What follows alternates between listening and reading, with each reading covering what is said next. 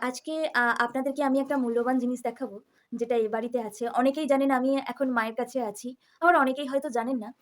সেদিন আমি লাইভে এসে বলেছিলাম যে আমি এখন মায়ের কাছে আছি।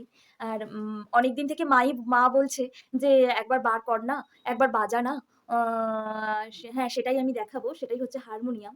আ আমাদের এই হারমোনিয়ামটা ছোটবেলার হারমোনিয়াম। অনেক স্মৃতি আছে এই হারমোনিয়ামে। তো সেটাই দেখাবো।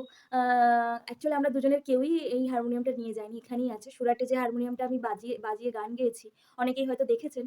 ওটা আমি ওখানে গিয়ে কিনেছি আর দিদিও কিনে নিয়েছে। তো হারমোনিয়ামটা এখানেই আছে। আর আগে বাজানো হতো। বাপি যখন ছিল, আ বাজাতো বাপি। কিন্তু এখন তো বাপি নেই। এখন বাজানো হয় না। আর মা তো গান জানে না। মা কিন্তু পরিষ্কার করে দেয় হারমোনিয়ামটা। কিন্তু বাজানো হয় না। আর ভাইও গান জানে না। তবে হ্যাঁ, ভাই গান জানে না। ভাই কিন্তু সুরে গানটা গায়। তো যাই হোক আপনাদেরকে একটু দেখাই।